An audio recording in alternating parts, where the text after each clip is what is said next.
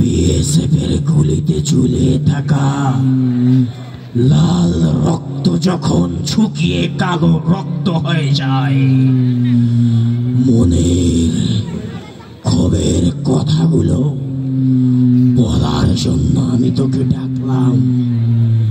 আর সে সীমান্তে হত্যার শিকার ফেলানি, চলে আয়, চলে আয়, চলে আয়, চলে আয়, বলে যা, তোর অব্যক্ত কথাগুলো বলে যা, বলে যা, বলে যা।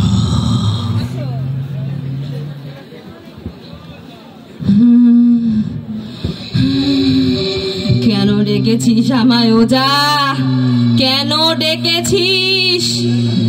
আমার তো এখানে আসার কথা ছিল না। আমি তো ভালোই ছিলাম ওজা। কেন ডেকলি? কেন রাখলি আমায় ওজা? আমি তো ভালোই ছিলাম, আমি তো ভালোই ছিলাম, যেখানে ছিলাম। বলে যা, তোর অব্যক্ত কথাগুলো তুই ব্যক্ত করে যা।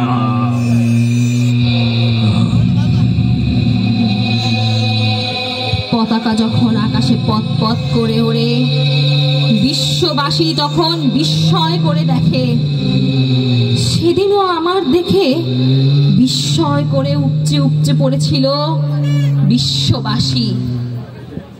কিন্তু সেদিন পতাকায় লাল রং ছিল না, ছিল আমার আমার নিজের দেহের লাল রক্ত, দগদগে লাল রক্ত। ওজা, বুঝতে পারছিস? একটি মানচিত্র আরেকটি মানচিত্রের সাথে একটি কাঁটার তারে জোড়া থাকে। আমি বুঝলেও এই হতচ্ছাড়া বাঙালি বুঝে নাই। ইন্ডিয়া কখনো আমাদের বন্ধু নয়। যদি বন্ধু হতে আমাকে বলতে দে। আমি সীমান্তের মানুষ, আমি জানি সেখানে কি বেদনা লুকিয়ে আছে, সেখানে কত আহাজারি লুকিয়ে আছে, সেখানে কত আর্তনাদ লুকিয়ে আছে।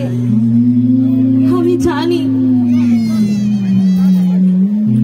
আমার মৃত্যু দুই দেশের বন্ধুত্বের জন্য, বন্ধুত্বের মাঝে এক কাঁটা তারে বিদ্ধ।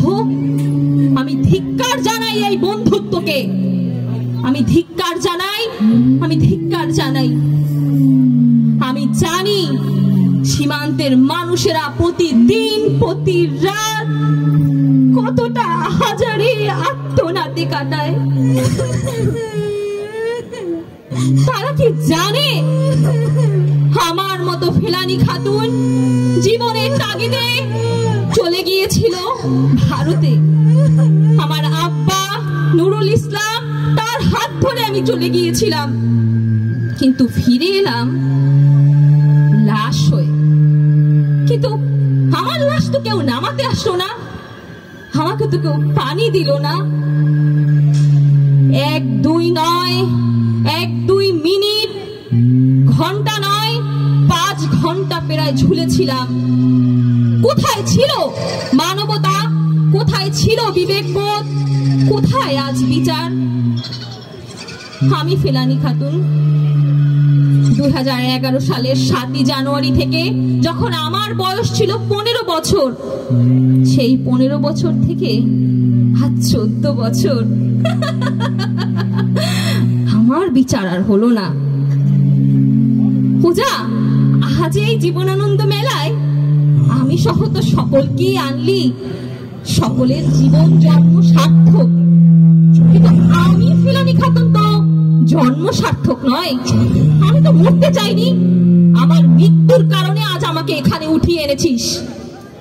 যদি এতই ভালোবাসিস তো বিচার করে দেখা, দেখা বাঙালি, বিচার করে দেখা। আজ এই মঞ্চে দাঁড়িয়ে যদি আমার আর্তনাদ, এই আর্তনাদের থেকে যদি আমার মুক্তি মেলে, যদি আমায় মুক্তি করতে পারিস, তবেই আমি বুঝবো আমার বিচার হলো। আমার মতো আরো যারা সীমান্তবর্তী মানুষ আছে তাদের বিচার, তাদের হত্যার বিচার কর। এই অমিয় ঘোষ কিন্তু এখনো সাজা পায়নি। আমি আবার মনে করিয়ে দিলাম, আমি ফিরবো না ওজা, আমি ফিরবো না, আমাকে বলতে দে। অন্তর্বর্তীকালীন সরকার যদি আমাকে মুক্ত করে দিতে পারে এবং আমার মুক্তি হবে আমার বিচার, সেই বিচারের মাধ্যমেই আমার মুক্তি চাই। ওজা আমাকে থামাস না, ওজা বলতে দে, বিচার চাই, বিচার চাই। আমিও গাইতে চাই, একদিন ছুটি অনেক দূরে যাব, আকাশের সবুজ খুশিতে